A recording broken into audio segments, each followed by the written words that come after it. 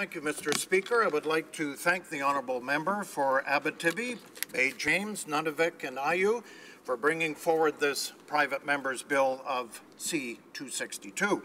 I would also like to acknowledge the important contribution to the discussion on the UN Declaration on the Rights of Indigenous Peoples. Before addressing the private member's bill, I would like to echo the observations that were made by my colleague from Kamloops, Thompson Caribou, in her remarks, and it's worth today repeating, Mr. Speaker. Section 35 of our Constitution and Canada's existing laws has in the past and will in the future ensure that Indigenous rights are protected in Canada. That's a profound statement.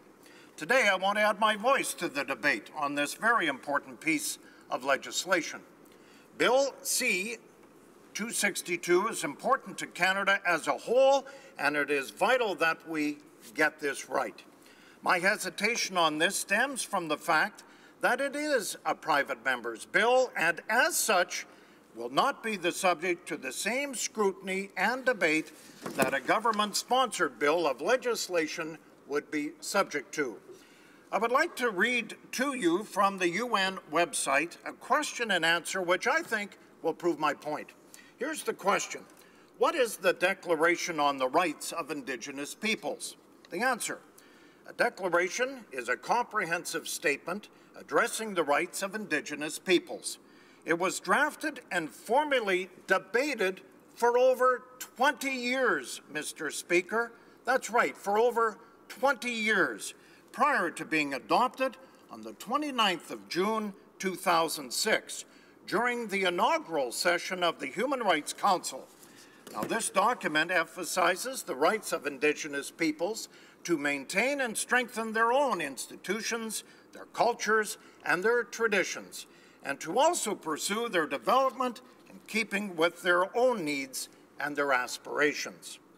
It is obvious that the member states recognized that this was an important declaration to be made and debated for over 20 years. And here we are, Mr. Speaker, in a country that is directly affected. And we cannot afford the time to question the minister herself on the legislation, not to mention the experts. As a member of the Indigenous and Northern Affairs Committee, I want the opportunity to ask questions and to give straightforward and complete answers to my questions. So let's give you an example, Mr. Speaker. In her address to the UN Permanent Forum on Indigenous Issues, the Minister of Indigenous Relations and Northern Affairs stated, and I quote, "Today we're addressing Canada's position on the UN Declaration on the Rights of Indigenous Peoples. I am here to announce on behalf of Canada that we are now a full supporter of the Declaration without qualification.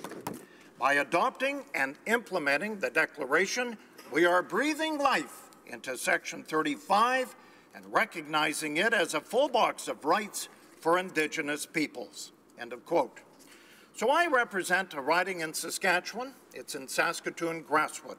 And as you know, Saskatchewan is home to a vast population of Indigenous peoples, both on and off reserves. I want to know from the minister what this full box of rights would look like. I want to know if the Indigenous community viewed the box at the same level of fullness as the minister did. Here's another question. If you took over 20 years for the 193 United Nations member states to debate and finally adopt this declaration, is it not incumbent of all of us, 338 Canadian legislators, to fully understand any and all possible outcomes adopting the legislation being asked before us to vote on? Yet another question comes to mind. In her address to the Assembly of First Nations on July 12th of 2016, the Minister of Justice and Attorney General of Canada called the adoption of UNDRIP into Canadian law unworkable. She said that on July 12th, 2016. The Minister of Justice and Attorney General of Canada said it was unworkable. She went on to say that a cut-and-paste approach to making UNDRIP compatible with domestic laws, an overly simplistic and untenable method of protecting Indigenous rights in Canada. But then on the following year, on July 25th of 2017, in my province of Saskatchewan, actually the capital, in Regina, she addressed the same group and said, "As many of you know, over the years I have attended the AFN Annual General Assembly in various capacities.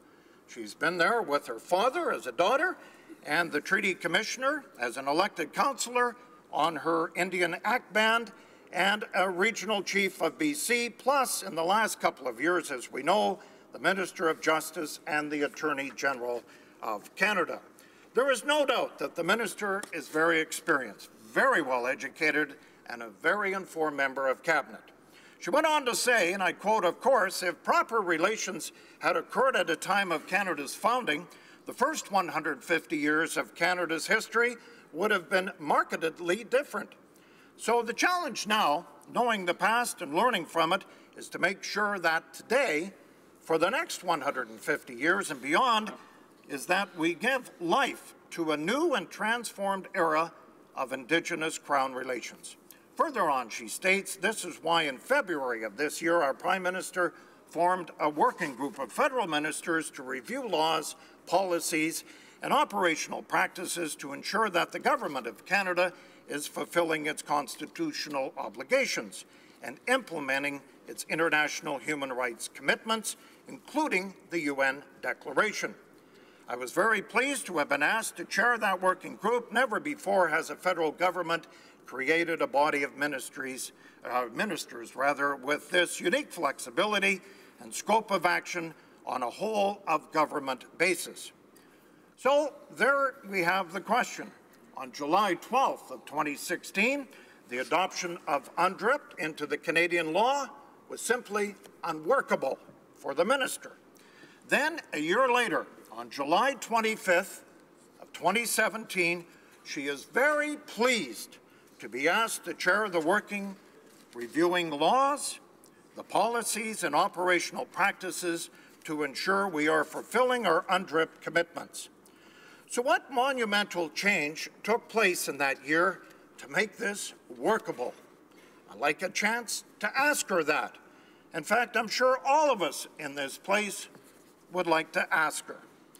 When the Minister appeared at the Indigenous and Northern Affairs Committee meeting on November 30th of last year, in her response to a question from my colleague, the member from Kamloops Thompson Caribou, she said, "I think we have been very clear that free, prior, and informed consent is not a veto. It means you have to work very hard at the earliest part of a project to try to work together and find an outcome that is mutually acceptable. That is the way Indigenous groups are seeing themselves in this project." How do we know that? It may be that the current National Chief does not see this as veto power, as she suggests. But what about the next National Chief?